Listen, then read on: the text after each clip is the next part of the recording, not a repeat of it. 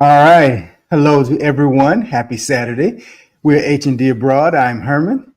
I'm Dee, and welcome to our live conversation. On this channel, we share our journey of planning and implementing the plan of moving abroad.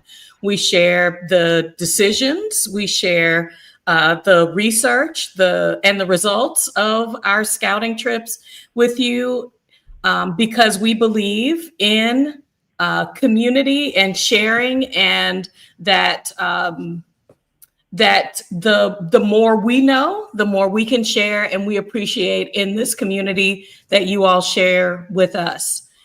We are based currently in the United States, have not finalized. We've got probably our top three places we'd like to be in the world, but there's so much to do in the background that it's keeping us busy, and we're sharing all of those little tidbits along the way.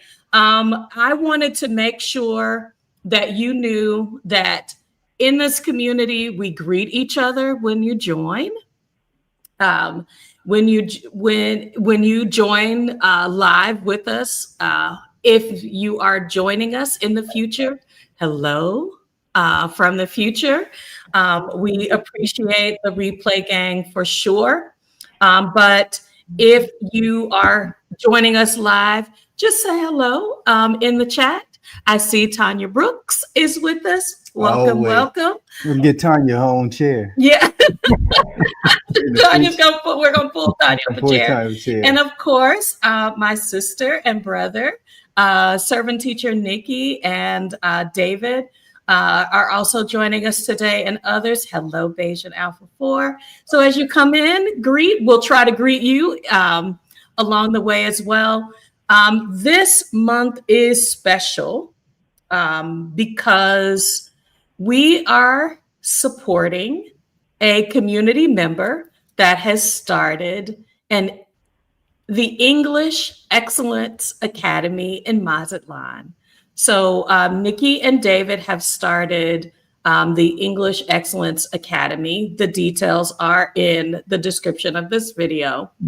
And so what we are doing this month is our buy us a coffee, buy us a tea are going to be contributed to that. But you can also click on the link to their Amazon wish list and gift something for their school. Nikki has been a teacher for several years. I almost said several decades, Nikki.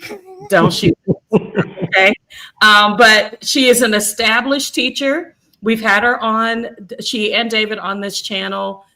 She worked for a school in Mazatlan and is now opening her English language academy. And in the community, we support each other. And so we have a lot of teachers, a lot of people who have a heart for education. And so we want to make sure that you know that is what we are doing. We're starting at the end of May, but we're going to continue to champion it in June as well. So if you have a heart to contribute, we thank you in advance. Hello, LaRonda. LaRonda. Okay. Hello, LaRonda. Welcome, welcome. So I got a self-serving moment. Okay. Yes. Give me a minute. This is a telling our business moment. May is special because 32 years ago, she agreed to be my girlfriend at the young age of 19. We were 19. 19 years ago. So I always want to blast that out because wedding anniversaries are amazing because it's the beginning of a complete life together. But sometimes you don't take into account those early, formative, scary, immature years. Absolutely. So I appreciate you hanging out with me all this time. Always, always. Partnership is what we do and how we benefit. And this channel we created to not just share our journey, but we solved what we didn't see. We didn't see a lot of Black couples. And so on this channel, we also invite Black couples. We have finally got on the schedule and got a topic that two of our favorite people are joining us today, and we want to. So this is an important conversation. Yes. Especially if you're tapping. Okay, so we said midlife. Those of us who are old enough now realize that midlife at 50 was 15 years ago. But with the expectation that we're going to live another 50 years. Yes. Right. 50. So we're going to bring in our guest today. We welcome Jice. No. No, wrong. Jice and Lynn. There we go. GenX Quench. Good to see you. Hello. Hey, Sam, how are you today? We're doing well. Great and good afternoon and happy anniversary on your dating. And I think it's your anniversary month too, isn't it? No, anniversary month is September, so we creeping up on 26 this year. Yeah. Okay. All right. So we appreciate you coming. For those of you all who've been regulars here, Jice is here as several different people, all his multiple personalities. Show up in the chat. So he's Jay Smooth, he's Charlotte Rattler, he's GenX Quench, he's a brother from another mother. He's all on people. So if first want to say, and I don't think I did it, so I need to remember to do it afterwards. Yes. To take a minute, go over to GenX Quench. You can just drop down the page, and we'll still be working with you. And subscribe to that channel. Yes. And we have really enjoyed the wisdom and the knowledge and information that you all have been sharing on your channel. And so we sat down and, Jice and I hard earned and worked back out till we got us a good topic that wasn't going to get him shot. And yeah, he thought I wasn't going to say it out loud. See? No, I'm just kidding.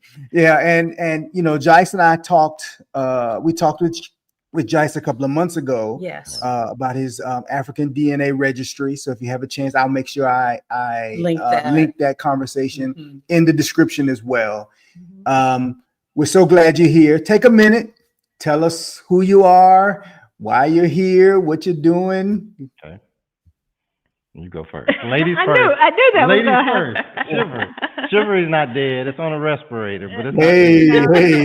We're Lynn and Jice, and we are a married couple, over 50. We've been married for 26 years. Our anniversary was last month, and we live in Charlotte, North Carolina, and we're here because I guess we're somewhat in our season of yes, as far as saying yes to a lot of things. I know we're going to get into dreams and talking further about that. But I think, a lot of times when people hold the mirror up to you and you don't see things, it's just you living your life. But people are like, y'all are always into stuff. We're that couple that's always into stuff. And so we actually started our YouTube journey last year because we kind of realized we are into stuff, and let's share it with other people, because when we talk about what we're doing, our network and close friends are interested. Like, well, maybe we can share this with somebody else, because just like you all, it's like, I'm not seeing enough couples having this conversation. And especially at this point in midlife, because we all gonna live to be 110. Because I agree with you. It's like, midlife really is 37. I'm claiming midlife now. Yeah, absolutely. When we were coming up with a name for their channel, GenX, we're part of GenX, but you hit this part in life where you're like 45, and it's the rut. It's like, how do you get that excitement back? The imagination of being a kid. And when you're a kid, you dream about what you're going to be. So now I'm dreaming about this next phase of life. So it's really, how do we quench that thirst for more in life? So that's really how we got that's what it is. We talk to a whole lot of couples our age and individuals, and everybody is like, I played by the rules, but I'm still wanting more. There's something different. And so that's where Quench really came from, is that, we're kind of like in this thirst no more. And it's also sort of a play because I'm a mixologist as well. So Oh, come on now, come on now. We may have to do a little sister mixology conversation a little in the sip and future. chat, a little thing like Oh, that. yes. Yeah, that would be cool. If you would like this content, please put yes for the mix in the chat. Right. Yes. I think Hammer said it best. They put me in the mix. Oh. So we've connected with you all on a couple of different levels. There's the men's conversation about, I've done it, like you said, I've done it the prescribed way. Right. Okay. Jice and I are connected, and Herman and I and Jice are connected on the HR front. Lynn, I'm not sure if you're in that mix or not. But I feel like I've done it the way they said that would get me to success. And by all appearances, right, we've done that. But what is unfulfilled?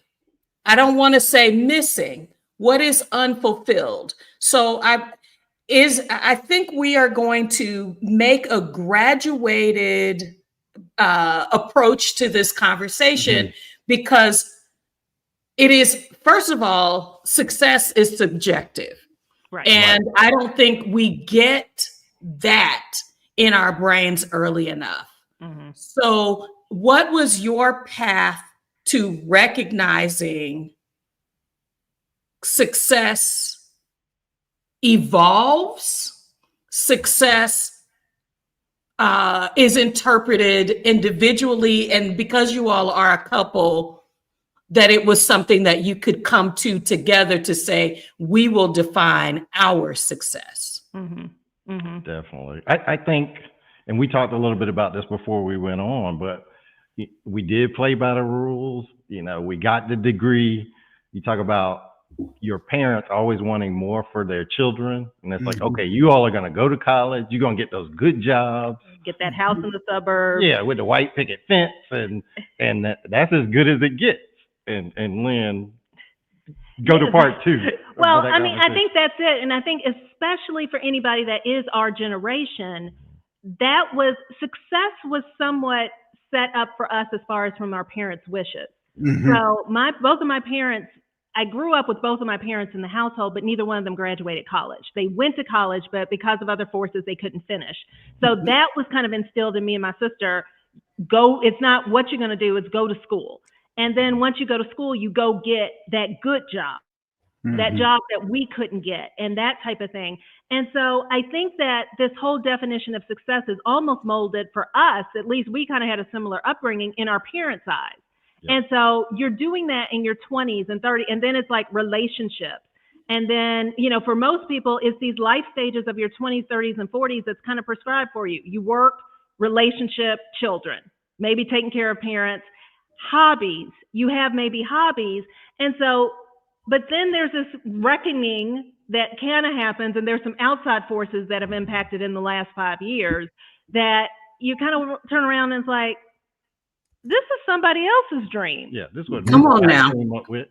If it was me, I wanted to be a cartoonist as a kid. So I am in HR, get with a finance MBA. That wasn't as the kid dreaming. Yeah, so. And my career was in marketing. It's like I wasn't a 12-year-old saying I'm gonna grow up and be a marketer. Right. That's not what it's planned. So I think the evolution. I liked what you said about the evolution of success. Is that you go and you do this kind of prescribed path for you, and then you hit this wall or something happens, and you look and it's like, okay, I've gotten it. I did it. And yes, there's levels to it because you can go to the infinity, but then it's like, but something is still missing. I think when you say unfulfilled, missing, or even if it's not missing, you suddenly have a curiosity about some other stuff. Come on, curiosity. And it's interesting. We were having a conversation with one of my close friends yesterday. He's Haitian. And we were talking about how islanders Africans, even Asians, Indians, they grow up with their parents having an expectation about what's a good job. Right. Yep. Clearly, as a culinarian, I watch a lot of cooking shows, a lot of competition shows, and you'll have these Asian people on there going, I had to prove to my folks that this was what was for me. I went to college for the doctor, for the medical, for the lawyer, and decided that this was for me. And I've spent all my career trying to prove to my parents that this is something worth it. And I think that we were the last, if not the only generation that fought that. And what's interesting about that is I'm finding that us, as we are just crossing this 50 mark, this half century mark, many of us are finding something else to do than what we trained to do. Right. Our youngest son was visiting with one of my cousins, and she's poetry and theater, and she does all that. And she said to him that she's probably 1% of all the people in the world who do what they went to school to do and enjoys doing what she went to school to do. She was like, the majority of people she told him that the majority of people she knows either aren't doing anything they were trained to do, or they use it in some normal, everyday kind of mix of life. It's not a career. This is the engineer, by the way. So yeah, I have an engineering degree, never really done any engineering work. Wow. I got out of behavioral science work. But my son is like, he was just like, but you're good at that. You interact with people in that world. And I've learned that it's better place for me than when it was a career, because it carried with me. So one of the things that's key to our conversation is that we are in the redreaming phase of our lives, which has a lot to do with reclaiming what our desires and heart's minds are. Yep. So how did you start chasing dreams intentionally? Once you said, hey, we're 50, we're a couple of years from retirement. Or because I don't, to me, I don't think 50 is a pivotal year. I think some things probably happened in your 40s that rolled up to the expression that happened at 50. Let me start, and Lynn started touching on it, is you work in these corporate America jobs, and you kind of get caught up in, I want to be promoted, I want to get to this level. And the closer I got to like seeing the C-suite, I never made it there, but the closer I saw it, I was like, I don't want that. These people work 80 hours a week. They're tied to the hip with their beeper or their BlackBerry. They never can rest when they're on vacation. They can be called, and I was like, it's not worth it, So around 45, I kind of said, this ain't it. Let me stay at this level. I'm well compensated. I'm good. If I lead people, okay, I've done that since 2004. If I don't lead people, I know how to be an individual contributor, manage projects. That's fine, but pay me my salary. I'm good. Let me work my X hours a week and I'm good. So I kind of did that and I said, what else is there though? It's like, okay, I'm doing this. And I'm going to talk about two things. Around 45, I took this class. It was called Dreamwalking with Sonia Jackson-Miles. She's a Florida A&M graduate as well. And I knew her when I worked at Ford in Detroit, and she started her own business. And it's for adults, like in that age range of you forget how to dream as an adult. And I was like, man, I got to get in this class. I took it. I think our cohort, we had like 6 to 8 people. You were paired up with someone, and she made you add homework every week to say, what are your dreams? Reconnect with your younger self to figure out what your dreams are.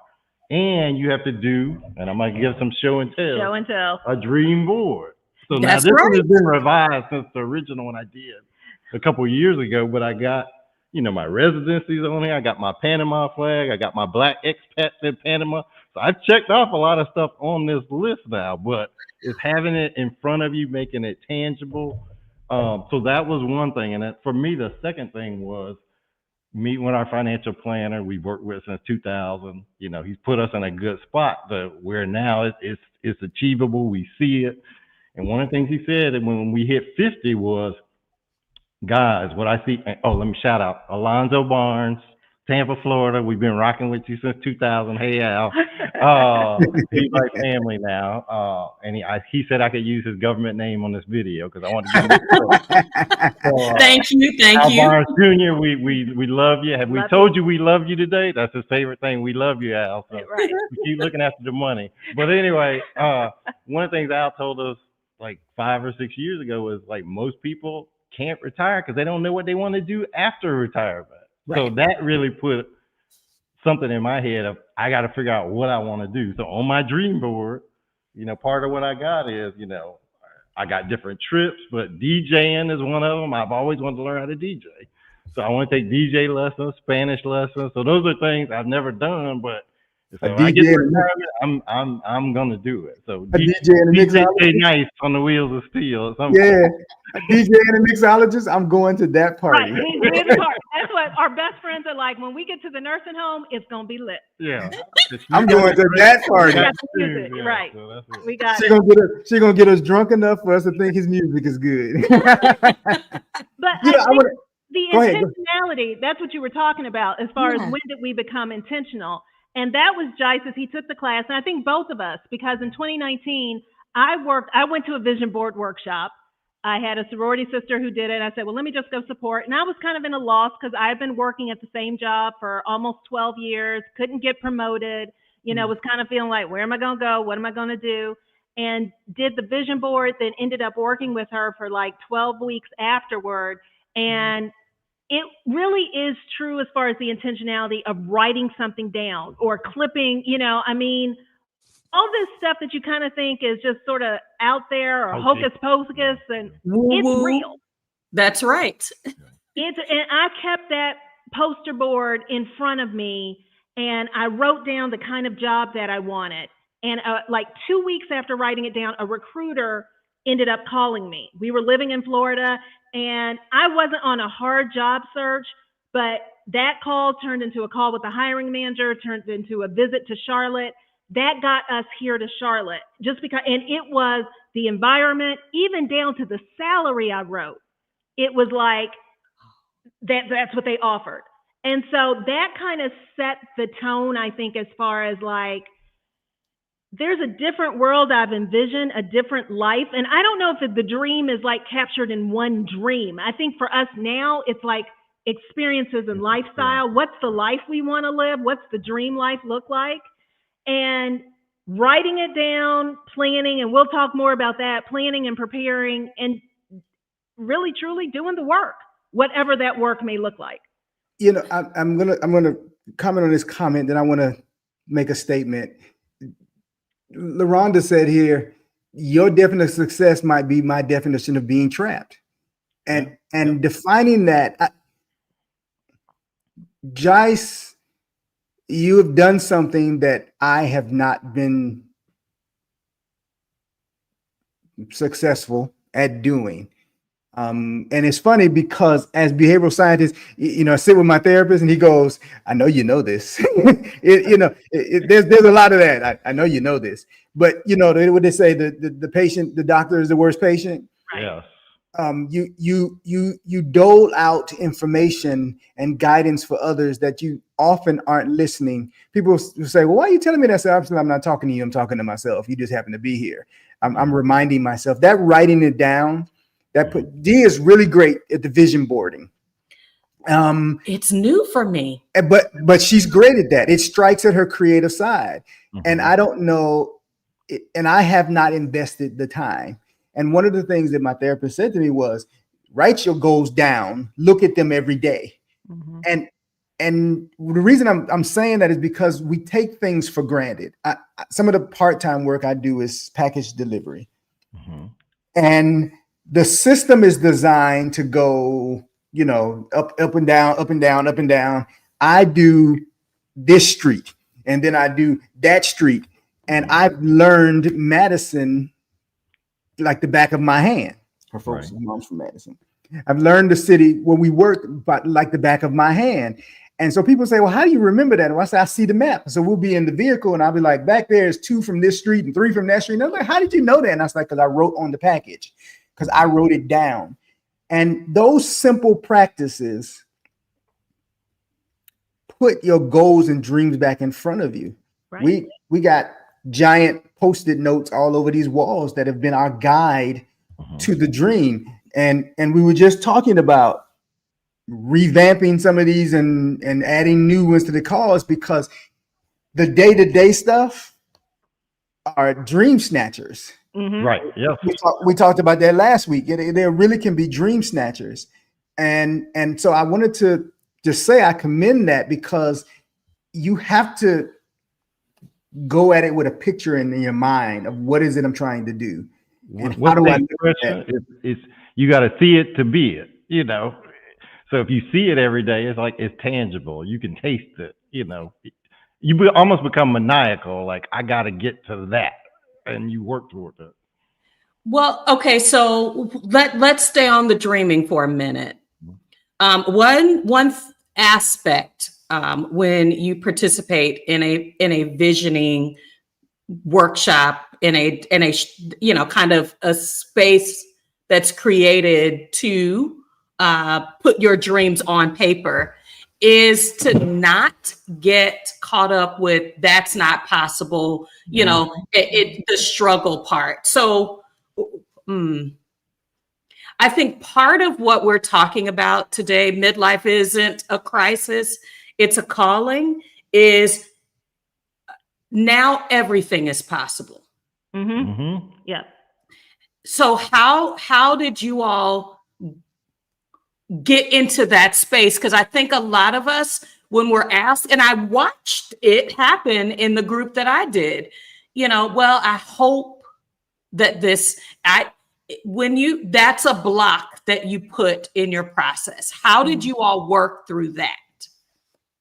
You go. And then I got mine. Well, I think I actually left corporate and now I'm coaching. And when I say go from dreaming to doing, that there's really 4 steps. It's dreaming, dabbling, deciding, and then doing.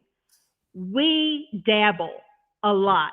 And I think that's the thing, is that life will tell you, and I was a marketer, and it always was like, from a marketing standpoint, you had to have one thing. If you're building a brand, it's got to be one thing. And we ain't one thing kind of people. Right. People are multifaceted, multi-passionate. And so I think at any given time, if there's 2 or 3 things on our plate that we're curious about, we will dabble in them. So I think that's the thing, that, okay, we got this dream about potentially living abroad. Okay, well, let's dabble in it. I was like, the number of books that have showed up in here from Amazon on Mexico or Panama, because Jice will be, a library. The YouTube videos, all of those kind of things. It's like, sometimes I think we got 16 things that we want to do, and we got to go full force on all 16. No, pick 3, 4, and then start dabbling in them. Watch YouTube videos, attend a class, attend a seminar, buy a $50 program, join a Facebook group. So I think those are things. Just ask people. Ask people, talk to people that about you know or see on YouTube. And that's one of the ways that you're doing something towards that dream. And for a lot of things that we've talked about individually or collectively, it's okay to change your mind. Sometimes you need to start something or go down that rabbit hole and then realize that ain't it. That ain't it. Yeah. That ain't it. And it's okay to course correct. Yeah, and I will say, for me, like, I'll give an example. I think I've talked to you offline about this, but I wanted to become an expat for work, for one of my jobs. I was like, I want to do this. And so I went to Coke, put this proposal together. I worked for Coca-Cola back in the day. Put this proposal together about how my work would get covered, how it would cover my time, how I would use a succession plan for my top performer to cover my work while I'm out. I had every detail answered. I gave the memo to my boss. He was like, Jice, you predicted every question I would ask you. He goes, I can't say no. Like, you thought of everything. And so I got to go to Panama for 4 weeks. And people were like, how'd you get your company to pay for that? What did you do? Like, my white coworkers were like floored, like, the boss let you do that? Yep. But I had been taking continuing education classes in Spanish like the year before. So I put in the work to show I was serious. Then I got an exceeds rating. And so I'm like, okay, the iron's hot now. I'm gonna ask because I've been putting the work in, and I want to go work at the Coca-Cola in Costa Rica. So I said, hey, I need to do this Spanish immersion. Will you let me? He's like, yep. So I got the time covered, went down there. So that was back in 2012. So I got an early preview of Panama, not knowing 13 years from now I'd have residency there. But that kind of planted the seed of, I didn't ever become an expat, but that planted the seed of, oh man, I learned this culture. I was immersed. I was getting to know the people. I like the city. It kind of reminded me of the 80s, like growing up in my great grandma's house. Like it was a tin roof house, and they didn't have a dryer. You had to hang your clothes in the backyard. I was like, but the family was tight. It was like, I love the culture, the Latino culture down there. And I was like, man, I could do this one day. I could live in another country, a simpler life, slower life. And fast forward, that was the dabble back then. And then when me and Al, our financial planner, talked about, hey, we need a plan B country. And I said, Panama. And that's when we looked up, I looked up last January, the Black Expats in Panama, found it on YouTube and dabbled some more. Like, Al, you want to go? Yep, let's go. Then we brought the wives last July and we got our residency, et cetera. So I think that dabble, see it, taste it, feel it. Do you like it? Yep. If this ain't it, try another country. So I think we do that. We're the couple that's known to try anything. They'll try anything. And we will. Can you repeat those 4 things again, Lynn? Dreaming, dabbling, deciding, doing. Dream, dabble, decide, do. So we have a question from Dr. O, because I wanted to use that as a jump off point. Mm-hmm. How do we forgive ourselves for our choices, and give ourselves grace to pivot? Ooh, that's deep. I mean, I think when I was and this is a question, because when I had a coach, this was the question she asked me. She asked me, how would you describe your life today? And I said, I'm blessed. Now, of course, because stuff wasn't where I wanted, I wasn't feeling my job, all of that kind of thing. And she said, if you're feeling blessed, she said, do you realize that every decision and everything that has happened to you up until this point has still happened to you and led you to say that you're blessed today? And I never have forgotten that I am blessed. Everything ain't where I want it and that type of thing. And so it sort of made me start at the choices that you made are part of your story.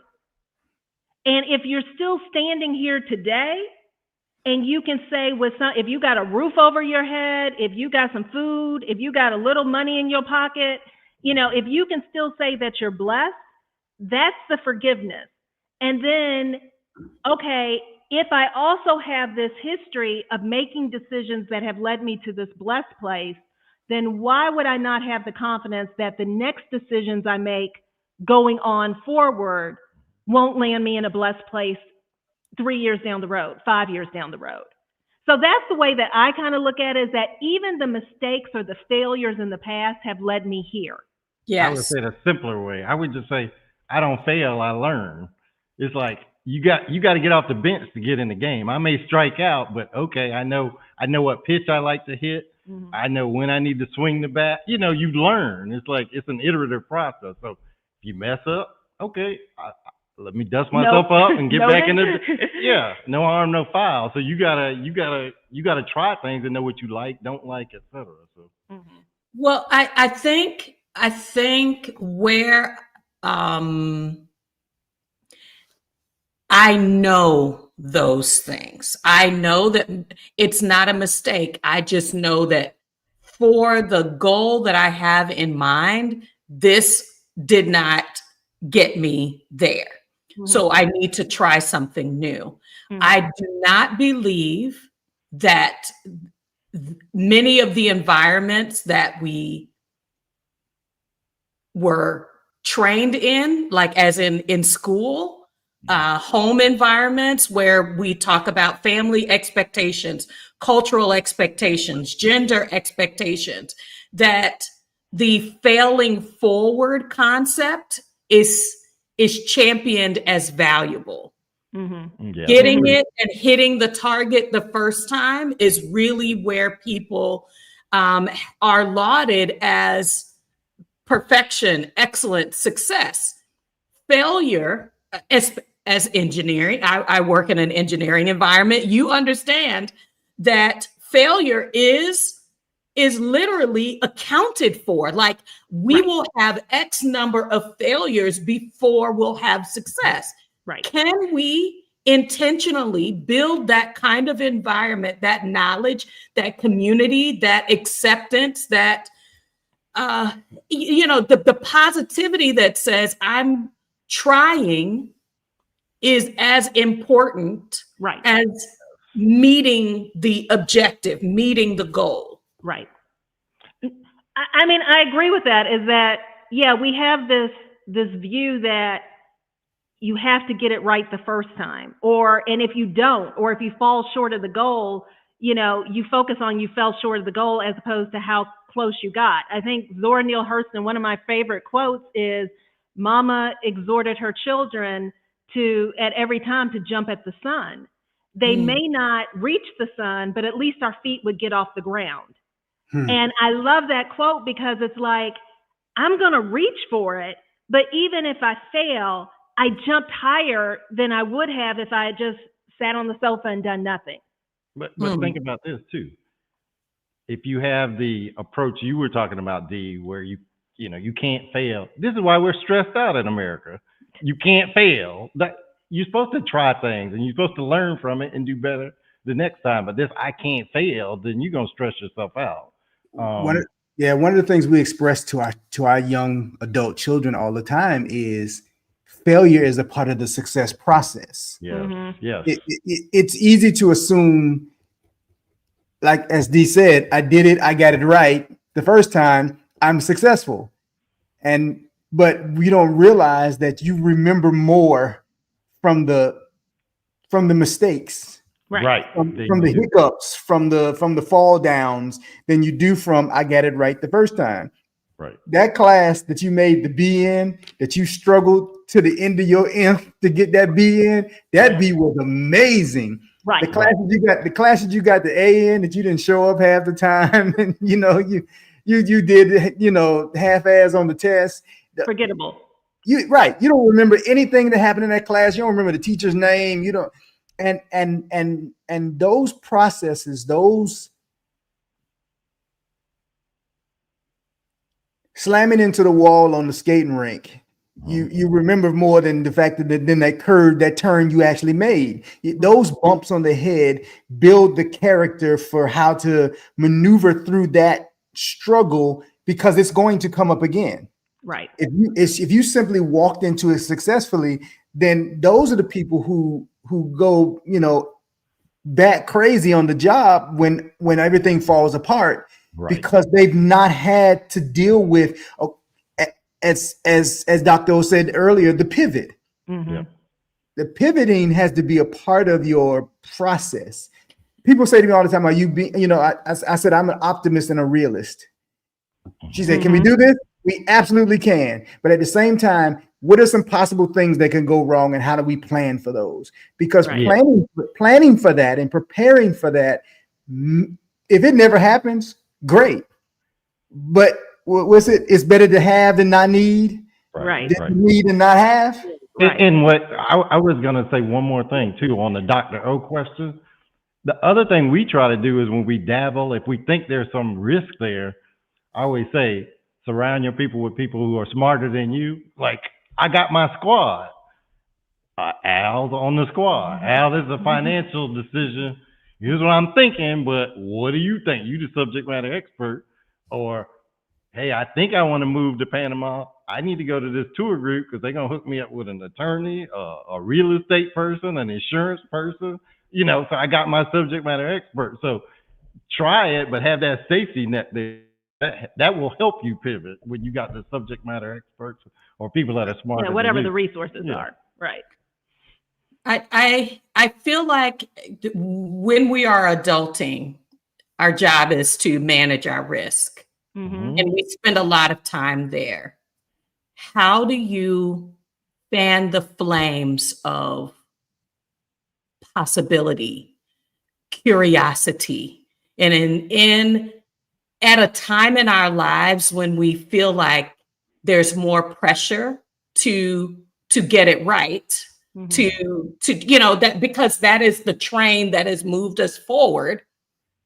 How do you create this dream, this curiosity where I don't know is more of the outcome than I will hit a defined target? I think one thing is, at this stage of the game, I'm in the driver's seat of my dreams. So inherently in that, I should be chasing something that already is going to give me joy or excitement.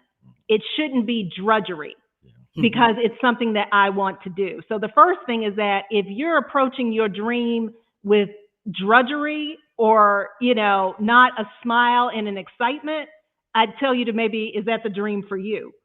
So you should already have something within you, a little flame and fire that, I want to do this.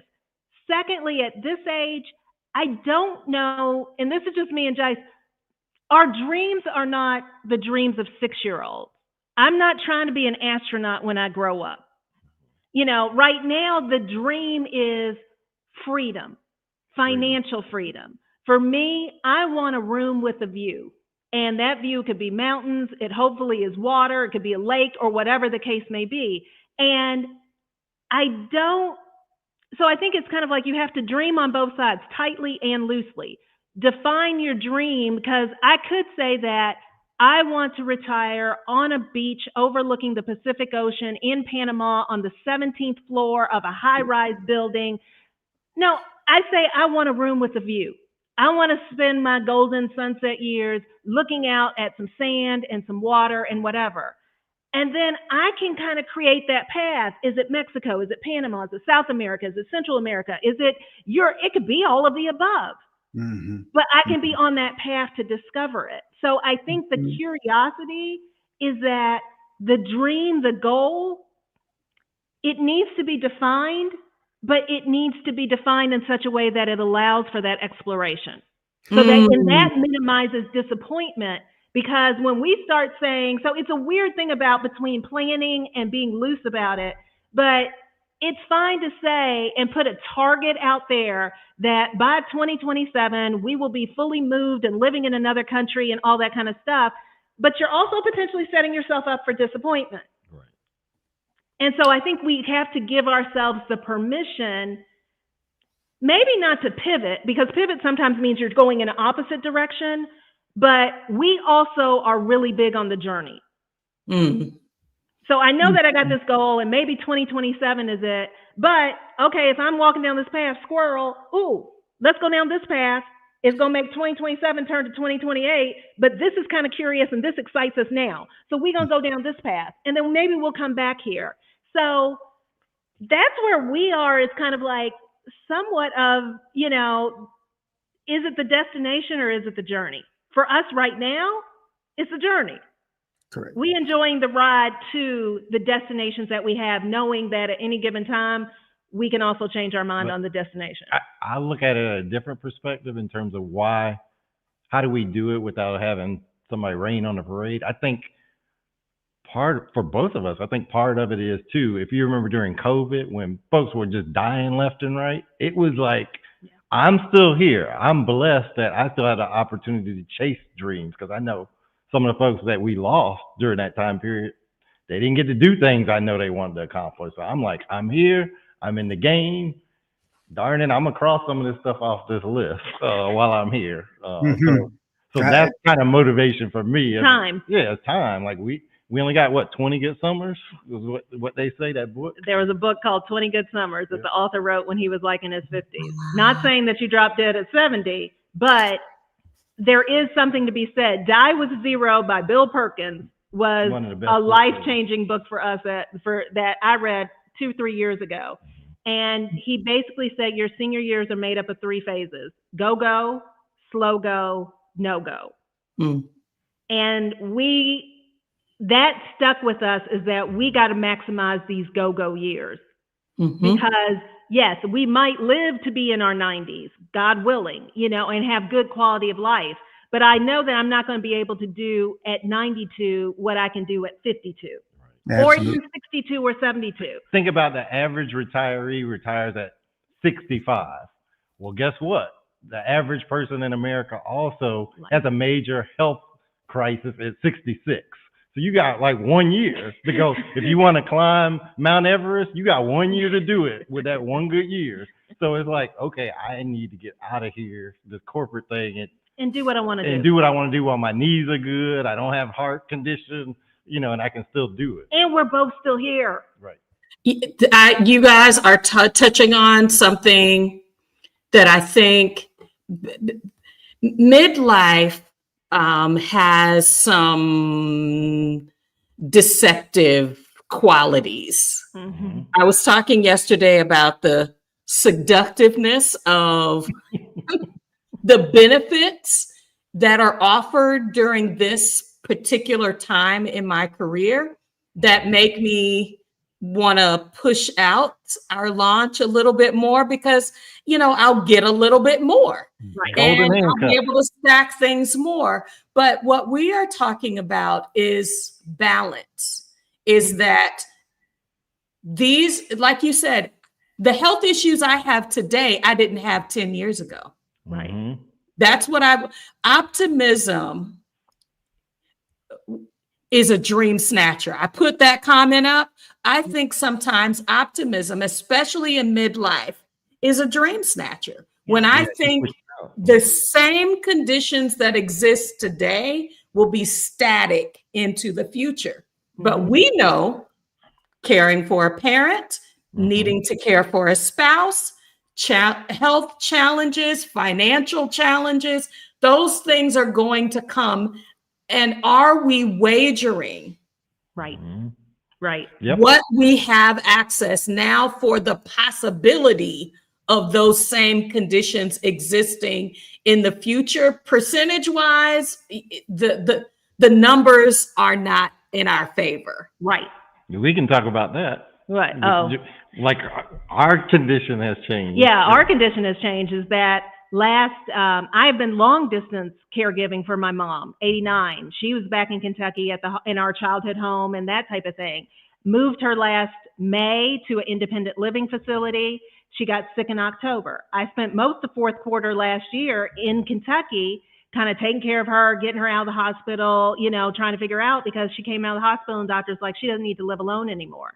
Mm-hmm. Well, December 20th, packed up her car, packed up half of her stuff and drove her, and she is now living with us in the house. So now my long distance caregiving is now in-home caregiving. Right. And we kind of were like, we weren't ready to just go move to another place or all that. But now every decision that we make now, we got to think there's an extra layer that we got to think through. Right. We can't just up and go. So that's the pivot. It's like, okay. Well. But we don't stop our dream. Right. She's been in this house, but we have been to Panama this year. We have been to Mexico this year. Right. We're going to be traveling in another couple of weeks. And so you just kind of have to figure it out. But I am also not putting my dreams necessarily on hold. Mm-hmm. Now, they may have to sometimes shift to the back burner or whatever the case may be. But I'm also, and I implore anybody else at this age too, if you've been taking care of the kids and taking care of the parents, take care of yourself. Especially at this point, you've got to figure a way to account for the responsibilities that you have, but still move forward on your dreams. You made a comment earlier that I love. You said, "I don't have a 6-year-old's dreams," but at the same time, there are so many things that we talk about this a lot. Expectations of life. Mm-hmm. Part of it was naivete that we had. She said, when I met you, you had all these dreams, and and what happened? And I was like, life. Right. Life.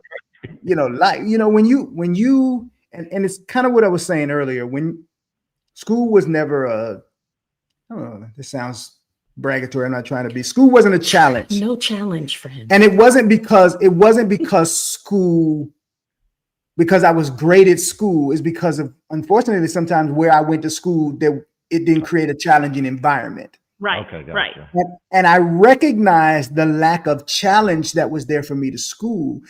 From the time I was 14, I said, I want to be a psychologist. And I always tell this joke. I came to my dad at 14 and said, I'm going to do psychology. And he says, well, what does psychology do? And I said, well, it does. And he said, well, look it up. And I said, so I go to look up psychology. I spend an hour before I realize it starts with P. Got it. I got it. First, learn how to spell psychology. Okay, next. Okay. So I go to school. We make it through 4 years. We get to senior year, and you realize this didn't quite, because my personality is behavioral science. My core is behavioral science. What I did not realize is that my career necessarily shouldn't have been behavioral science. Mm-hmm. So I got to the end of 4 years of college, and I went, I don't know. And I went to 2 semesters of grad school, and I went, oh, heck no. Okay. And then it just, now you're in this nowhere place, this limbo. And at 23, limbo is not great. Right. Mm-hmm. And so I maneuvered through the behavioral science world with a personality and an empathic person who had no business being in the field. And my specialty was child and adolescent development. So, I was in child welfare. I was in treatment facilities. I was in lockdown. At the end of the day, she was like, you got to leave that or we leaving you, because it's messing you up. Mm-hmm. And we were trained to believe that you start from the bottom and you work your way up, not realizing that there are people whose intention on life is to keep you under the foot at the bottom. Mm-hmm. My optimistic self, my ready for the world, I can do all things self, I was beat up. Mm-hmm. And in that beat up, I dealt with depression that I didn't know I was dealing with. Job loss was a normal thing because I did not have a master's or doctoral degree. I was working in, nonprofit, and work was here, then it wasn't, work was here, then it wasn't. You're trying to raise a family as what you believe a man should be in the, late 90s, early 2000s. You're dealing with all of that, and you carry that around with you. And then what happens is you lose the enthusiasm, the motivation, the mindset for dreaming. Right. So here we are, 50 plus. All the rugrats are no longer rugrats. We're hoping they don't have none of their own. You're reclaiming. How do you, at this point, begin to look back at some of those younger dreams and expectations and re-implement some of them into life, or are they no longer relevant? I mean, that's definitely an individual. That's an individual decision. I mean, because I think that if you had those childhood dreams, I don't think they leave you. I think that that's kind of this whole thing about Quench. I think that if you can articulate the fact that you've always wanted to do something, but my challenge with that is that I'm not 6 anymore. I'm 50 something. And so therefore, I don't necessarily think that the dreams I had as a 25-year-old, for me, I'm not going to chase them now because I'm not that same 25-year-old person. But I think it can be possible that there are people that, it's the people that are 60 years old and go back and get a PhD because they always had a learning for something. And they did it. And some of them are like, Jice wants to be a DJ. He has mentioned that DJing that for was me. A 19, 20-year-old dream that I still want to do. That he still wants to do, that he's still hanging on. And that's something that he should pursue. So I think it's kind of an individual thing that if there is a gnawing inside of you that has never let go. Gotta try. I think there's a part of men, and I've said this before. I think there's a part of men, we're always the 15-year-old boy we were, even when we're 95. So the part of that is so women. I believe is a skateboard. A long I want a long skateboard like they got in California. Now I don't know at 60 I'll be able to do that, No. but I want one. And dream snatcher right here. I don't know if I want him on a skateboard. I hear the ladies saying regularly, I'm not the 19-year-old anymore. I'm not the 25-year-old anymore. The developmental growth and change and shift that women have, I think there's a part of them that at their core, they're the same, but they development change. I think at our core, we're still that little boy who sat on our mama's laps. That's That's interesting. Especially from the gender standpoint. Dee, what's your thought on that? Like, do you have dreams of when you were a teenager that are unfulfilled or that you would want to go back and revisit now? I am in the exploration part. There, let's see. So it's Mental Health Awareness Month. Y'all know on this channel where we talk about mental health. I see Tori Prophet Mother is here, and she's talking about holding space for your dreams. One of the things that I put up, I think it was LaRonda's comment. She had some very powerful words about, she had failure. She had, oh goodness, she had 3 words. And I was just like, what I've had to do to be able to unearth if those are still my dreams is to take away the shame, take away. I remember, okay, so hopefully my mom will not see this video. I used to love to go into the Parisians department store. If you're from the South, you know about Parisians, and they had the formal gown, the bridal section. And my mom would be looking for clothes and I would find my way there to just look at the pretty dresses. And I would hear her say, she would come over to me and say, get your mind out of a fantasy world.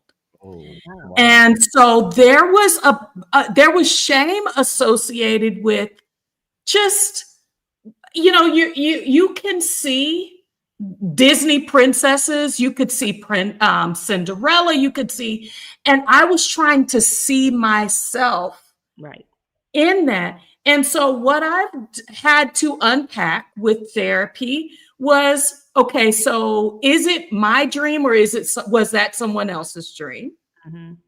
Does that dream sit with me and then have I discarded dreams because I didn't think it was socially acceptable? Like I'm having to reinvestigate that.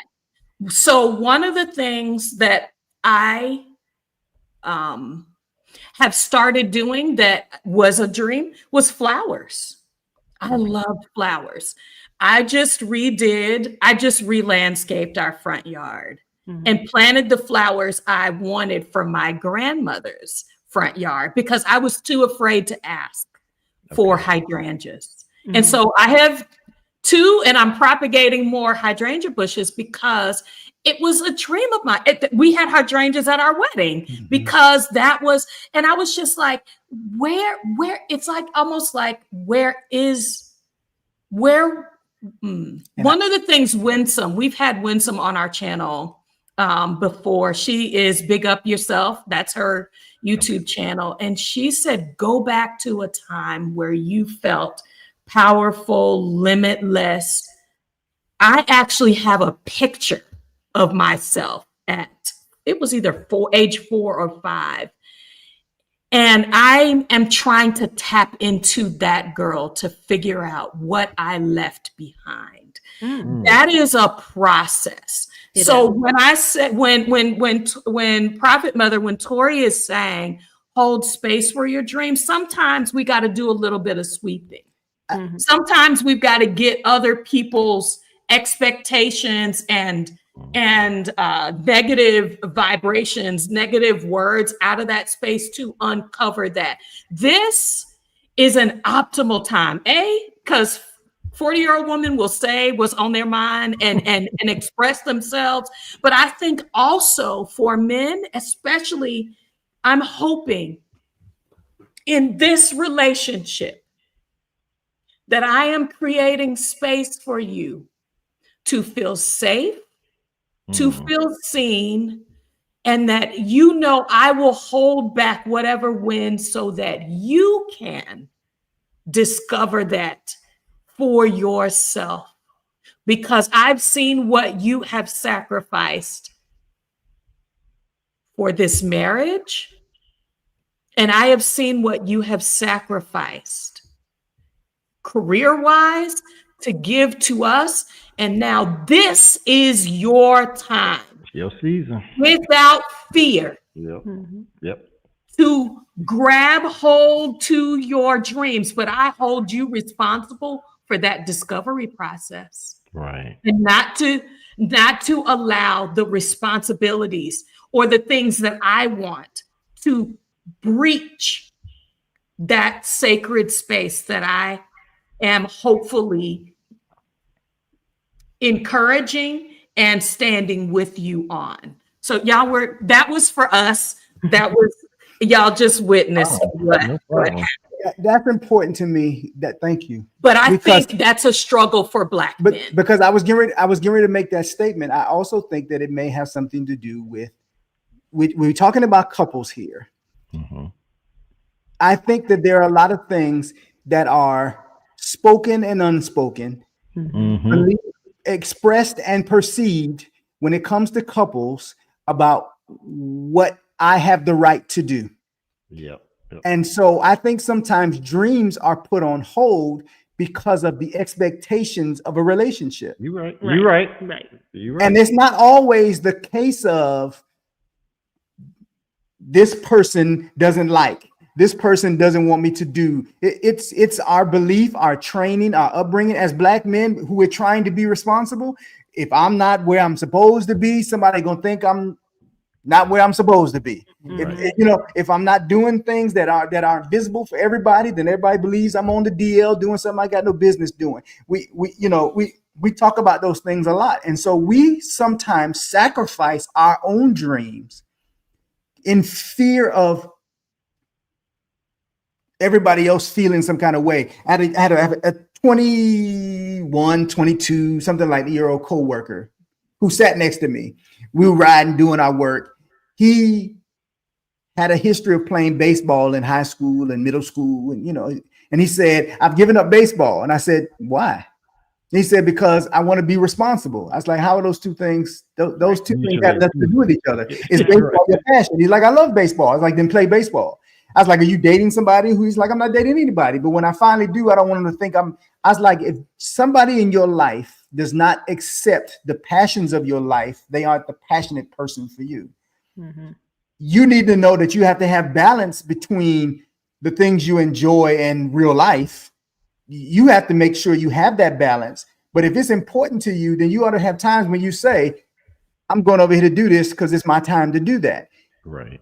And I was giving him that advice at the understanding that, what hobbies do I have? Yeah. My 20-year-old said to us, he's like, well, I know, I just figured I can because y'all don't have nothing to do. Y'all not doing nothing. He was like, I don't know how to create. He said to me, I don't know how to create a hobby of family and friends because y'all don't have no family and friends. Wow.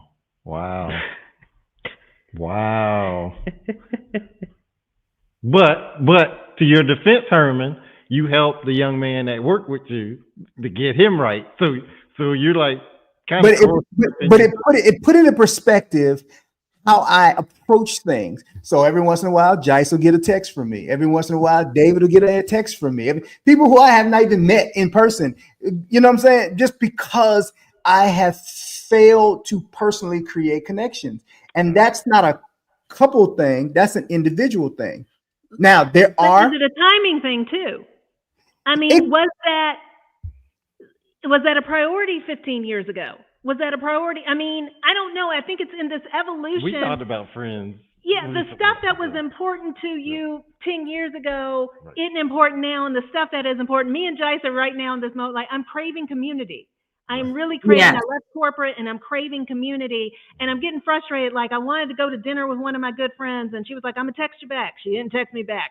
I'm like, it's just like, it's weird that did I not foster community 5 years ago or 10 years ago or build these relationships? But I wasn't on my radar screen. I didn't need it then. But the other thing I'll say is, okay, you want community, and we're not in the space you all are, but if we were getting ready to go, Panama, wherever, Costa Rica, insert country, it's like everybody can't go where you going. Like, okay, I'm getting ready to leave, so if they're not coming, I need people that can roll or are already there. So, that's a beautiful thing about Facebook and all these other connections you can create. Like, I haven't met people, but I know people in a lot of cities all over the globe. Right. So you kind of have instant network, and then it's incumbent on you once you get there. Okay, network, become friends, go out for drink, whatever that is, to then become friends. So I'll say that. If you guys could give some counsel, I know we're at this point where we've talked about the precipitating elements to acting on a dream. So what's propelling you forward? What is keeping you all growing, developing, not to default to what actually could be considered crisis mode? Like, even if I were on the dream path, politically, things are shifting and changing. I can feel in a crisis mode, like I need to take action. Calamity is upon us. Yeah, that's me. That's me. I'm the pessimist, realist. I see danger. Yeah. Time to eject. Black That's hat. me. That's it. How are you all grounding yourselves? And I'm using grounding specifically from the metaphysical aspect of what we do to calm our central nervous systems, to steady ourselves, but also like literally putting roots in the ground. How are you grounding yourself at this time to not bend to the winds that happened specifically in the midlife time? I got my answer. You got it. You know Okay. her. I think for me, and I kind of like Kerman was saying, I got people on speed dial, or I text, or I'll go to Al. Al's probably one of my main go-to, because he, myself, and this gentleman named Eric, we may meet quarterly online. Like, okay, is it eject time? All this stuff going on in the U.S. Do we need to roll? What? And so we talk about it. We kind of temperature gauge with each other. But I think for me, I'm always grounded in, and Val calls me the strategist. She's like, you're always thinking 2 steps ahead. I'm always like, okay, I need to get residency. If something goes down, here's what I need. Okay, how much? I don't know. If something went down, do you need cash? Okay, plan to have that. Do you need a go bag? So having all of those things kind of in place, I feel like I'm taking control of the situation. So in this kind of crazy environment, that helps me sleep better at night. So I think it's just having that, just preparedness and a plan. And if this happens, then here's what we're going to do. And I would say for Lynn's mom just coming to live with us, we discovered she didn't have a passport. And I'm like, well, if something goes down, she needs a passport. So we've sent off for that 3 weeks ago. So that's part of me being able to sleep better at night. So it's just having a plan. So, because if I don't have a plan, then I feel shaky. Like, okay, I'm not in a position or a place to be able to react accordingly if I need to. So I think for me, as far as what keeps me grounded, and then God, right? That was and then the first. God as well. God's But first. my plan, His plan. Yes. But For me, God is first. That I'm not as realist / pessimist that the bottom is going to fall out at my longitude latitude spot right here, tomorrow. And if it does, then that's God's will for it to happen, and poof, whatever. But first of all, so it's kind of like he got it. So whatever's, ain't nothing happened to me that ain't going to pass through the hand of him first. Secondly, I think the thing that kind of keeps grounded is what Jice said is like a plan. I think also as couples, we talk a lot, we communicate, and we have conversations about what do we want our future to look like to make sure that we are in alignment. And if we're not in alignment, we at least understand everybody's perspective. So he will probably jump ship and leave, and he's ready to go tomorrow. I'm not. And I think that's kind of one of the things that we might have wanted to talk to, probably won't get to, is that what happens when one spouse is hesitant about something and the other one is gung-ho, which I think you all have explored. But, that's a real thing in the coupledom as far as like, okay, you 10, I'm 5. On that, I'm a little bit more, chiller, cooler on that one than you are. So we talk a lot as far as like, and then we plan and we prepare. So financially, are we good? If, what would be the steps that need to happen that, if we leave, if this happens, if that happens, what those changes are. So we do a lot of scenarios and game planning. And I think I feel a lot more grounded when I know that I've got some insurance policies in place. It's no different. You don't worry about when you leave your house, you're not really worried about something happening because you have homeowners insurance. And if it does happen, if you come back and your house is swept up by a tornado or whatever, you're like, dang, I hate the thought of starting over, but at least hopefully I'm going to get this check and we'll be able to rebuild. So I think that there almost needs to be this kind of life insurance or plan insurance as far as I used to say that if everything bottomed out, my sister's house is where I'm going. And I've told her that. I'm like, we drive into Houston, Texas, and we're going to live in your guest room until we get life together. I've got a best friend in Atlanta. She's on that same list. We come in and we get in your guest room, when my mom had her house. I think some of these things is like, what is your plan if the bottom fell out? Where are you going to go? You got a few dollars in the drawer someplace that you can put. You got a credit card. Who's that person that's going to be able to float you for 30 days? And then also, what is that plan? I mean, we got a YouTube channel. We record videos once a week-ish, whatever. I'm like, okay, bottom fell out. We're going to be recording lots of videos because, okay, let's see if we can get monetized and we can get a couple of little dollars coming in from that, or we can get a speaking engagement. I mean, it's always about kind of like in this world, plan A ain't enough. Yes. B, C, and D. I really would love to pivot to, I wasn't sure if this was the outside the circle. So you have invited us to add it to the circle because it is the reality, whether you're married or not. If you are single and you are choosing a different path than family, friends, social circles, how do you bring people in to be the support? How do you leverage the resources of people that your circles may not overlap?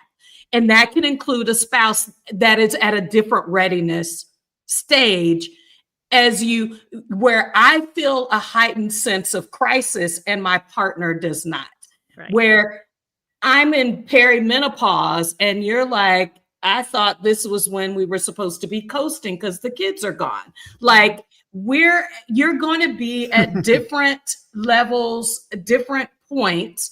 How do you still protect that dream and keep moving forward? Because crisis or not, life is going to, if the sun is going to rise, the sun is going to set. How do you keep the conversation going in a way that does not make it feel like, okay, every time we talk about this turns south? And I know we're not asking you to be psychiatrists here. We're talking about just real life. Real life. We're just talking about real life because you're not always seeing things the same way. You're not always, you all are in our interviews, one of our rare couples where the husband is like, let's get going. And you're like, look here, give me a minute. I need to, put the train, you got the brakes on the train. It's not rolling forward. It's just breaking down some. And, how do you make the adjustments for that? And and continue to support the dreams that are collaborative and individual? The goal from a marriage standpoint, now, well, I know Dee mentioned as far as individuals, if you're single, but from a couple standpoint, for me, the goal is the average is 50-50. Mm-hmm. Not that marriage is 50-50. The average Mm-hmm. is 50-50, which Mm-hmm. means that sometimes it is 90-10, 90, Correct.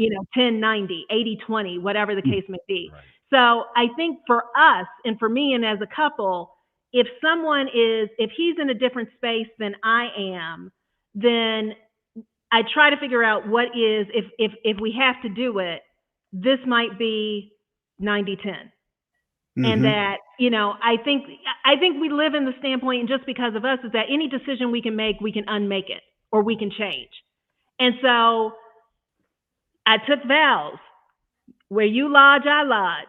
Your people shall be my people. All of those kind of things. And so in a sense, and this is where it kind of gets a little bit for us, biblically, if you had a household and you following God and I'm following you as you follow Christ or whatever, and you leading us to go X, Y, Z, and I don't want to go and it's time to do it,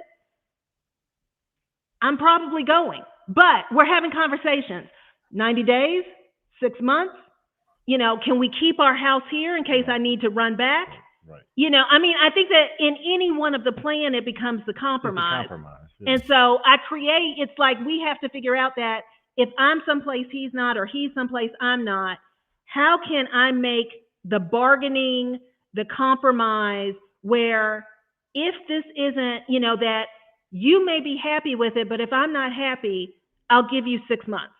Absolutely. And in 6 months' time, we take a check. And if it's like, okay, this isn't working for me, it's working for you, but it's not working for me, I got to go back home. Or is it slow travel versus we just pick up everything, sell everything, and leave, And That's the thing, is that when someone's not there. Now, Dee mentioned about being single and your support group and your network. And that's when I'm like, I think you can't expect any one person to be all things to you. Correct. And so correct. What I would say is that if you're single and on this journey and you want to go find, there's other things that you're interested, that your core group is not interested in, it will not work for you to try to convince them or influence them to get excited about you motorcycling across the country. Yeah. No, there are Facebook groups. Go find yourself some new people that can scratch that itch. And that doesn't mean that you alienate the other people, but you might have, this is my family group that gives me love and support from a family standpoint. This is my money group. This is who we talk finances. This is my motorcycle group. This is the group that I ride motorcycles with.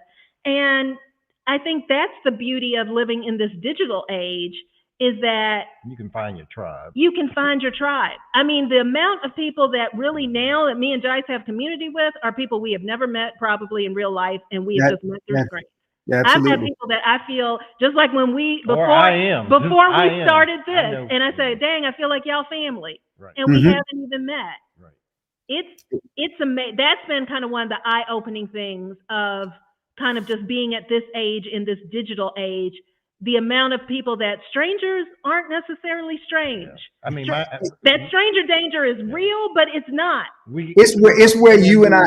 Go ahead, Jice. I'm sorry. There's a FAMU Facebook group of 47,000 people, and we'll be commenting in there. I go to football games. People are like, "Hey, Jay, nice," "Hey, Jay," and I'm like, "Who?" I'm like, I don't know them, but they know me from stuff I post. So and a lot of what you said, Lynn, I relate to, in the sense of I'm a people person, but as I get older and I'm recognizing more of my personal energy and protecting more of my personal energy, who is in that space is getting smaller and smaller. Right.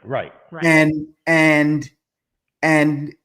when we began this conversation, everybody was saying, I want to go to place where the black people, I want to have community. And I was like, I don't want to go with no Negroes. I need that many home space, man. I need to know where y'all are. I don't necessarily need to be in the midst of you. Great. I'm not chasing y'all. That's not my point. My purpose. And at its core, that's still true. But I have come to value the connections that we have made with our with our people Right. who are abroad, the avenues and doors and the intersection that we've made, because as we've said regularly, we move differently. Mm-hmm. We were trained when you were in somebody else's house, it don't matter how much rent you paying, it's still their house. Their house. Right. So, As you got older, you paid some bills at your mama's house, maybe you took care of this, but it was still mama's house. Right. It was never your house, ever. You didn't decide when you came and went. You didn't decide what her curtains looked like. It was mama's house. It didn't matter how much you invest. You buy dinner every night. It was still mama's house. And when we move around the world, we are moving into these people's houses. We interact differently. And the connections we have had have made that available. We make choices together. And in making those choices together, we agree and disagree. mm-hmm. We like and we dislike. And I agree with you. If we are in a strong bonding relationship, I can say this is not working for me. Right. And then we work through how to make this work out better. Sometimes that works easier than others. We've known couples who've moved because one or the other of them found work. Okay. And so they made some adjustments. We interviewed the Minerves several months ago, a young couple. They were following her to, all the Latin countries. She's fluent in Spanish, and he got a chance to go to Egypt or Ethiopia? To Egypt. Okay. Ethiopia. It is Ethiopia. And she said, my husband has done all this for me. We're going to Ethiopia. She doesn't know the language. She's now outside her comfort zone. Wow. But the collaborative effort of doing it together. Right. There's always the chance that one person is more risk in this than the other. But if we're together in this, it minimizes the risk because we got each other's back. Right. You may have to go about the process differently if you have a partner that says, I'm not ready, or I'm not interested in whatever your thing is. You may have to motorcycle across the country by yourself with your troop and come home. Right. Your plan may have been to go and spend 6 months. You may have to, ride the trail of tears down through the states and then come on back to the house. Right. You have to, because if you're supporting each other, those little things again become growth spaces you can share with each other, even in their differences, I think. You're right. If he's knee deep in something that I'm not, let him go explore it, because sometimes it is a matter of timing. And if he needs to explore it on his own because I'm not interested, then he comes back, but he's more fulfilled and he's more whatever, or I see a change in him, or because sometimes I'm just might not be interested because I don't know about it. And then he brings it back, and then it's like, okay, I might be able to get excited about it, or it might be that that's going to be your thing, boo, and I'm going to have my thing. And so I think that there is still also a way to support. Now, it's harder when you're talking about moving across the world or things that you got to do for both. Right. But I don't know. We also have spent our time. We don't have children. We've never had pets. We both came to this marriage potty trained and with bank accounts and doing, and even 26 years later, Jice does his own laundry. He got his laundry basket in the closet. I got my laundry basket. We'll both do the towels or the sheets. But we also are very independent. And so if it really meant that he wanted to pursue something, and baby Boaz, go see and go check out the land. And if you need to go someplace for 3 weeks or whatever, that's what FaceTime is for. We talked about it like in my career when I was trying to get an expat assignment. You're like, I don't know. Because I was working. I had a job, and I didn't want, if he got an assignment for a year overseas, probably be 2. Or 2 years, I wasn't sure I was going to be at day one, quit my job. So we talked about it. And I was like, you need to go. You go and take that assignment. I'll go visit you. Yeah. And if in 90 days or whatever, it's like, okay, my company is not going to hold my job or whatever. But I think that, I don't know, I guess I also feel like everything does not always have to be all or nothing. Yes. There should be some compromise, graduated steps, or something that is kind of like, okay, you want to move to Vietnam. I don't want to do that. But when you go, let's go and let's stay for 2 weeks. Right. And let me really, and not go to vacation. Let me go to see what it looks like for me living there. Right. That was like what we did with Panama. That's what we did with Panama. Like, I was about to say, and that kind of experiential, I think, is more transformative than me coming down on you saying, why can't you get on my dream? But it also has to, can you, yeah. The partnership part is, woo, there's some delicate things that have to be adjusted. I ain't feeling it. So maybe if I experience it, it'll jump on me. Because I was like, I went to Panama in February. Raved about Me it. and Al were like, calling me every night. She and Sharice were on the phone. Come on. Is Al doing just like Jice? And the wives are not, Yeah, the we're wives not feeling it didn't because go. we didn't go. And then So we said, come on. Come on. We all went back.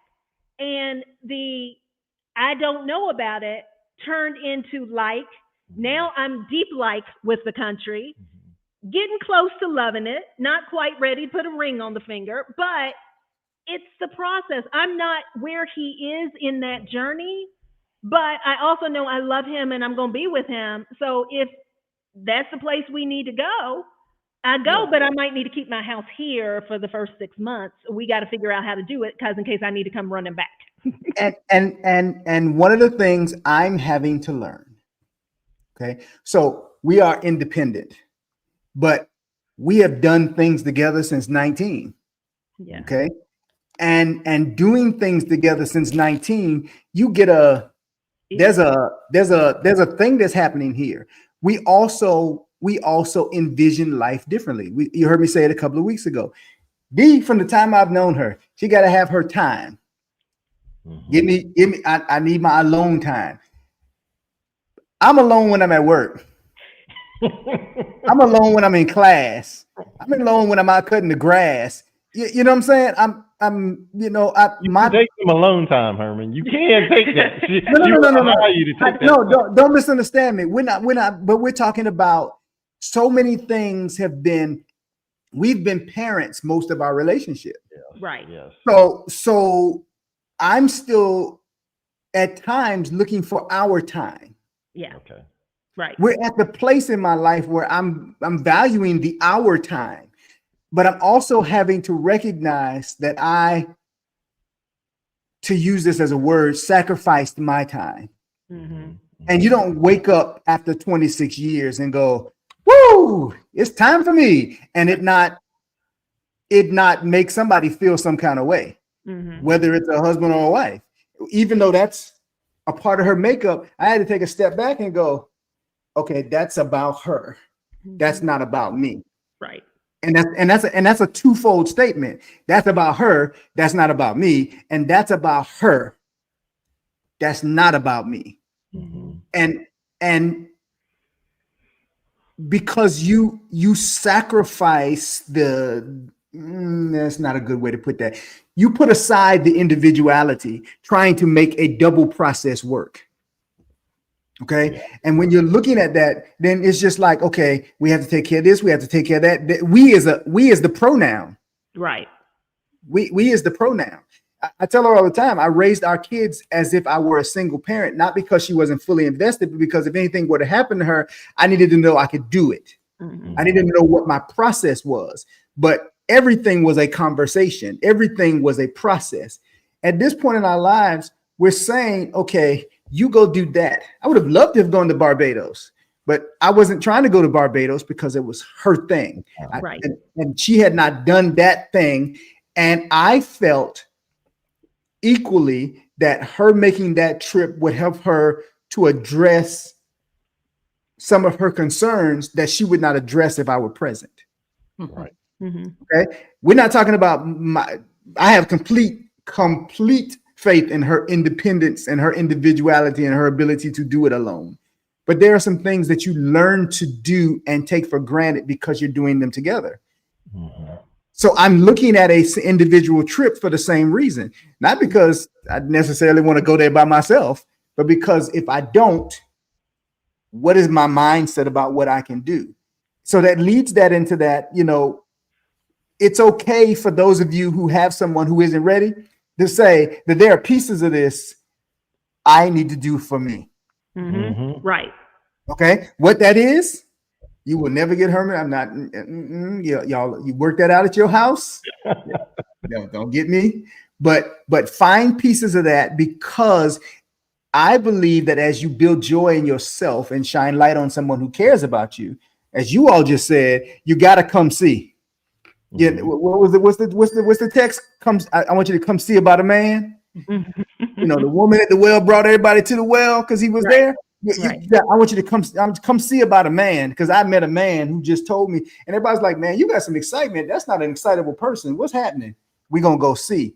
And somebody who's connected to you will come see what's exciting to you. Right. If you spend the time, and that's a piece that I'm learning. And that's what I especially take from your admonition today, and I appreciate, because it helps me remember, find me while I have me. Right. Yes.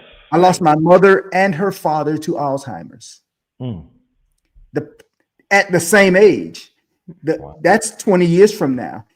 That they in the time frame from I am now, that they were no longer with us. But it was before that, before they were no longer with us. So I have to take into account, what do I have today 20 good summers that I learned about me, that I can teach my wife something new about me today? I want to give you all the opportunity to say any thoughts, touch on anything that we didn't get to in the Midlife Isn't a Crisis, It's a Calling conversation, whether it's related to move abroad or travel or just personal development. And then I've got a couple of summary thoughts that, if you joined us later in the conversation, I want to give you some of those breadcrumbs to encourage you to go back. This was a powerful, affirming conversation for me. And so what did you all want to share? I mean, I think that the midlife, this isn't a crisis. I mean, I'm enjoying, we'll say from the standpoint, if you're at a space where the kids are kind of out of the house, the parents have gone on, or there's a plan for them, and this is the time for you.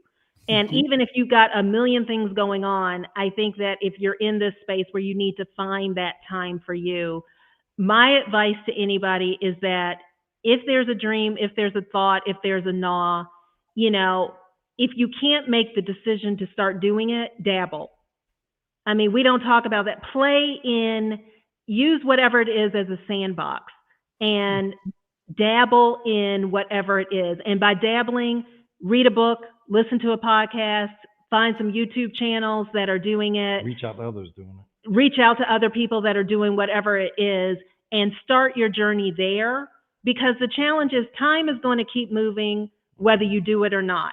I had conversations with people this week, is that I can't believe the year is almost, we're knocking on the door of June.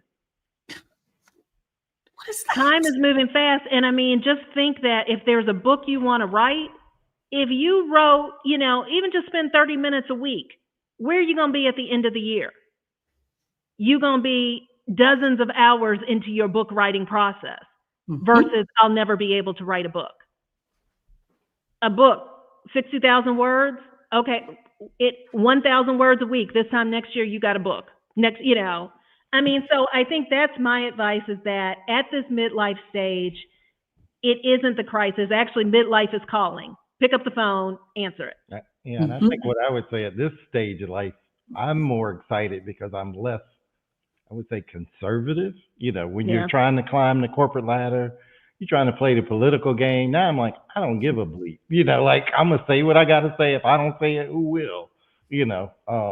I'm in spaces, a lot of folks that don't look like us aren't there. So it's like, what y'all going to do? There's a you little didn't bit give me of, this job. God gave it to me. a little bit more of a financial freedom. Yeah. And now working with Al since 2000, I'm like, I got some bleep you money. If something happens, it is what it is. So, help me get to my plane quicker. But anyway, I digress. But I would also say, surround yourself with not the dream snatchers, I think Dr. O was saying, but the dream builders. People are going to encourage you, even if it's not their dream. They're just going to encourage you, and they're your cheer squad. They're going to cheer you on, even if they don't understand it. Like, go, like your parents, go baby. They may not know anything about it, but they're going to be cheering you on, right, and providing that wind to your sail. So that would be my advice.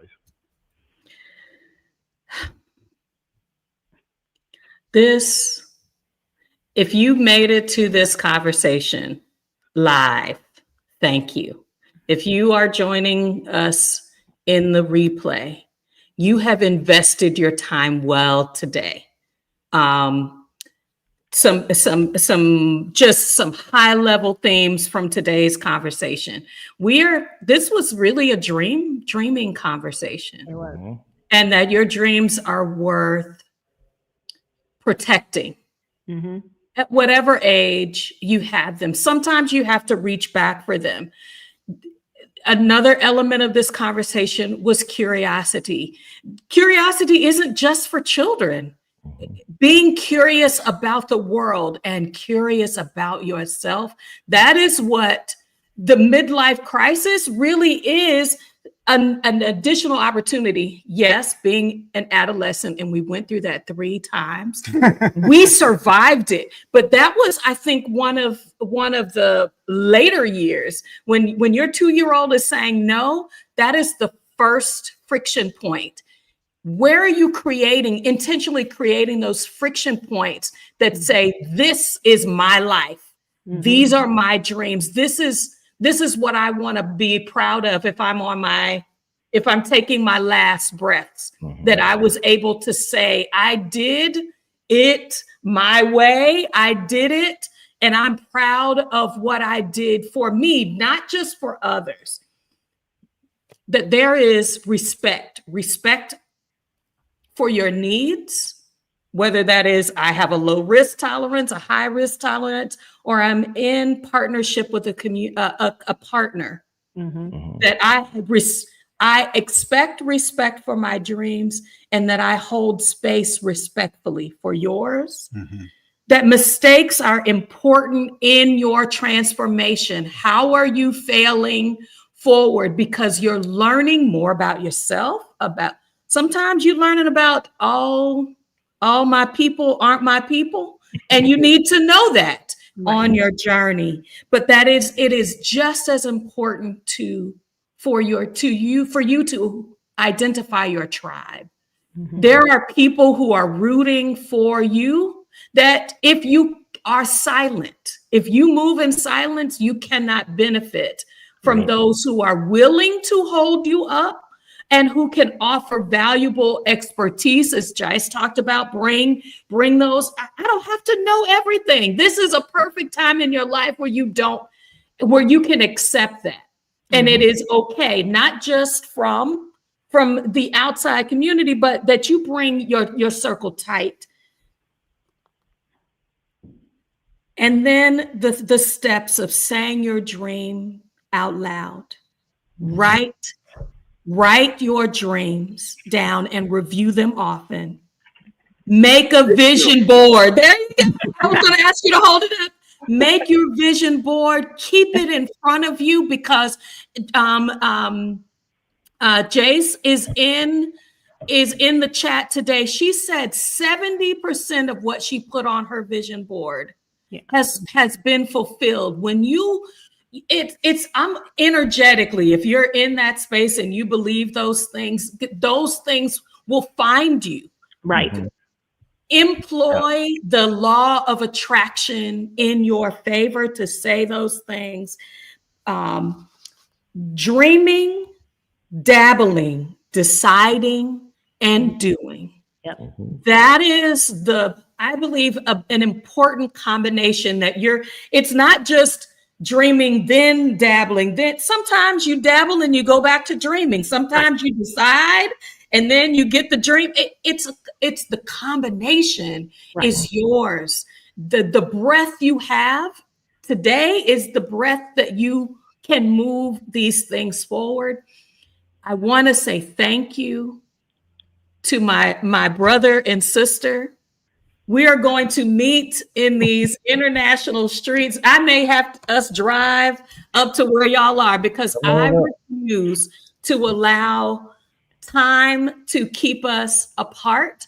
But I know that these are folks that are in my corner. Right. But most of all, thank you, Jean, for joining us today. Most of all, I want to say this conversation will not end here. Right. My sister Lynn and I are going to have a mixology conversation. We're going to mix it up. She is officially a mixologist, and well, I've got a few liqueurs over here. We're headed back to go get some more Uncle Nearest. So I'm going to say, and then I do some non-alcoholic things as well. But I think this is the time to mix it up. This is not crisis time. It really is encouraging us move the pieces of the board in your favor. Right. Yeah. And I would say one more thing. I'm a statistician. 30% of the jobs that exist today in the USA will be gone due to AI. So if you got this business dream, this concept you think about doing, it's time to do it now. No day like the present. So go for your dreams, and we need to be thinking differently because a lot of these careers won't be here in 2030. So it's time to do it. We appreciate so much that you all took the time to hang out with us today. You all are amazing. I will have their channel link in the description. I'm gonna put a plug in for her business too. She got a link to her website, so she type it in the chat. Type it in the chat. I don't think we're connected with the chat. That's the problem. We'll send the private chat, and then we can drop it in. Yeah. Okay. Absolutely. So I will have their go to GenX Quench. Subscribe. I'm subscribed on all my pages. Yep. And do you all have any other platforms that you use, Instagram or whatever? GenX Quench is just on YouTube. I recently, because I'm in this new caregiver role, Mondays with Mom, I started a YouTube channel a couple of weeks ago. So that is another new where I'm Mondays with Mom. At Mondays with Mom. That I'm capturing the caregiving journey, listening to her stories, our outings, and things like that. So to the point that we'll try anything. Quench Academy's got your drinks. Oh, on that IG. is on Instagram, Quench Academy. So yeah, there'll be more. There's more. Send them all to me, and I will put them all in the description. Okay. I'll have them there this afternoon. Yeah, here's Lynn. LynnStokes.com is Lynn's consulting. So that if you are at a point where visioning is a part of what you're doing, please reach out to her because you've intrigued me to look deeper as well. And then I love the Mondays with Mom and I just did an elder care panel for our employees because we're recognizing that this time in our lives is when we will transition to part-time or full-time caregiving. Yep. And it is a steep learning curve. It is. Yep. It is. And no one's talking about it. People are talking about it from like end stage and that type of thing, but it is becoming more and more to the forefront, especially for us in that sandwich generation that are taking care of kids and aging parents. And there's a lot of things that you need to put into place and have some conversations before something happens. And it's gonna be more if this budget goes through and Medicare, Medicaid gets slashed. You really gonna be needed. You need to figure out what you're doing with how your parents are being taken care of, and the flip side, you also got to figure out what's your plan for yourself. Yeah, absolutely. If you are considering a coffee, donating a coffee or a tea to us this month, all of our coffee and tea money from this channel is going to to Nikki's Academy. The details are in the description as well. The English Language Academy in Mazatlan, Mexico. So thank you all so much for today. I gained. I hope that you did as well. Let's keep dreaming. That's right. All right. Take care, everyone. Y'all hold on for us. Mm-hmm.